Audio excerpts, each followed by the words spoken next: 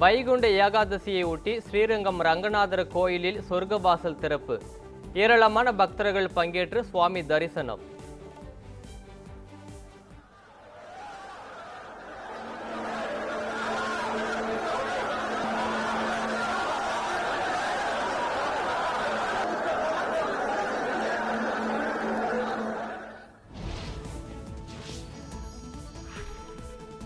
நூற்றி 8 திவ்ய தேசங்களில் ஒன்றான சென்னை திருவல்லிக்கேணி பார்த்தசாரதி கோயிலில் திறக்கப்பட்ட சொர்க்கவாசல். நள்ளிரவு முதல் கண் விழித்து வைகுண்ட தரிசனத்தை கண்டுகளித்த பக்தர்கள்.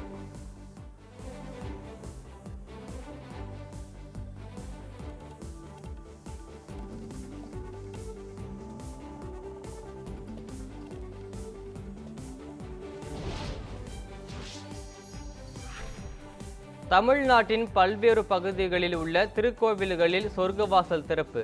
பழனி, சேலம், பரமக்குடி, மயிலாடுதுறை உள்ளிட்ட திருத்தலங்களில் திறக்கப்பட்ட பரமபத வாசல்.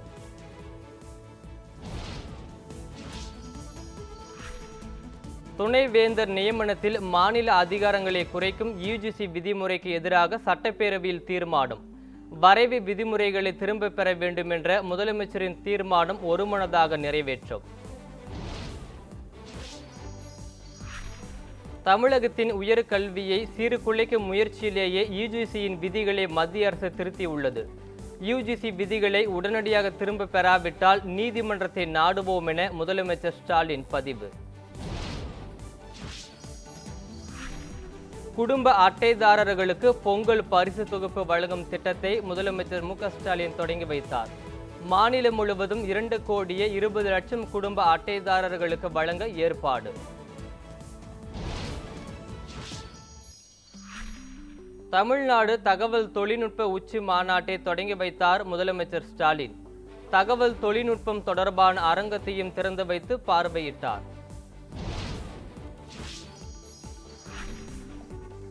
நிதி நெருக்கடி காரணமாக பொங்கலுக்கான ரொக்க பரிசை அரசால் வழங்க இயலவில்லை. சட்டப்பேரவையில் அமைச்சர் தங்கம் தென்னரசு விளக்கம். தமிழ்நாடு வளர்வதை ஆளுநர் விரும்பாததால் சட்டமன்ற உரையை வாசிக்கவில்லை. முரசொலி நாளேட்டில் விமர்சனம். திருப்பதி கூட்ட நெரிசலில் உயிரிழந்த தமிழ்நாட்டை சேர்ந்த மல்லிகாவின் குடும்பத்துக்கு 2 லட்சம் நிவாரணம்.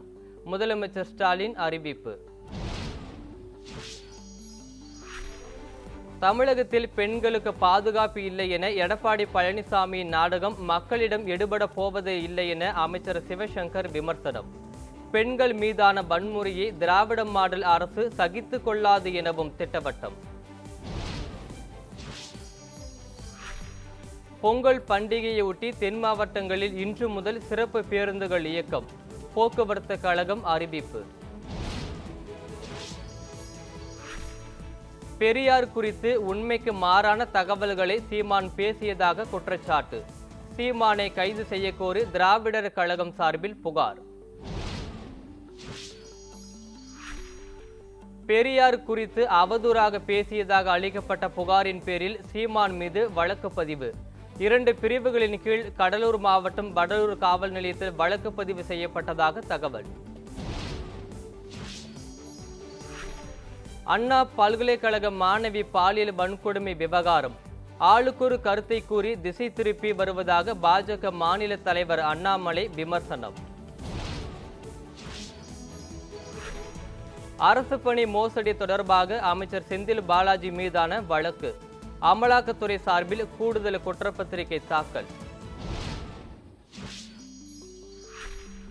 தமிழக அரசுக்கும் ஆளுநருக்கும் இடையே உள்ள கௌரவ பிரச்சனையால் தமிழக மக்களுக்கு எந்த ஒரு நலனும் இல்லை. தேமுதிக பொதுச் செயலாளர் பிரேமலதா விஜயகாந்த் விமர்சனம். கோவையில் பீப் கடை நடத்திய தம்பதியை மிரட்டிய விவகாரம். பாஜக நிர்வாகி மீது 4 பிரிவுகளின் கீழ் வழக்கு பதிவு. கோவை உடையாம்பாளையத்தில் மாட்டிறைச்சி உணவு கடை நடத்தியதற்காக மிரட்டப்பட்ட விவகாரம். பாதுகாப்பு கேட்டு மாநில காவல் ஆணையரிடம் தம்பதி புகார்.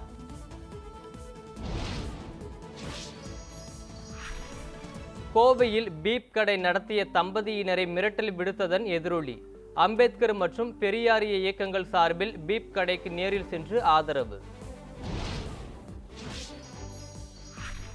ஈரோடு கிழக்கு தொகுதியில் பொங்கலுக்கு பரிசு தொகுப்பு வழங்கப்படாது என அறிவிப்பு. தேர்தல் நடத்தை விதிகள் அமலில் உள்ளதாக நடவடிக்கை. ஹிந்தி தேசிய மொழி அல்ல, அது அலுவல் மொழிதான். கிரிக்கெட் வீரர் ரவிச்சந்திரன் அஸ்வின் பேச்சு. வெளிநாடுகளில் வாழும் இந்தியர்களால் தான் நம் நாடு தலை நிமிர்ந்து நிற்கிறது. ஒடிசாவில் நடைபெறும் வெளிநாடு வாழ் இந்தியர்களை ஒன்றிணைக்கும் மாநாட்டில் பிரதமர் மோடி பெருமிதம். திருப்பதி தேவஸ்தான ஊழியர்கள் கூடுதல் கவனத்துடன் செயல்பட வேண்டும். முதலமைச்சர் சந்திரபாபு நாயுடு அறிவுறுத்தல்.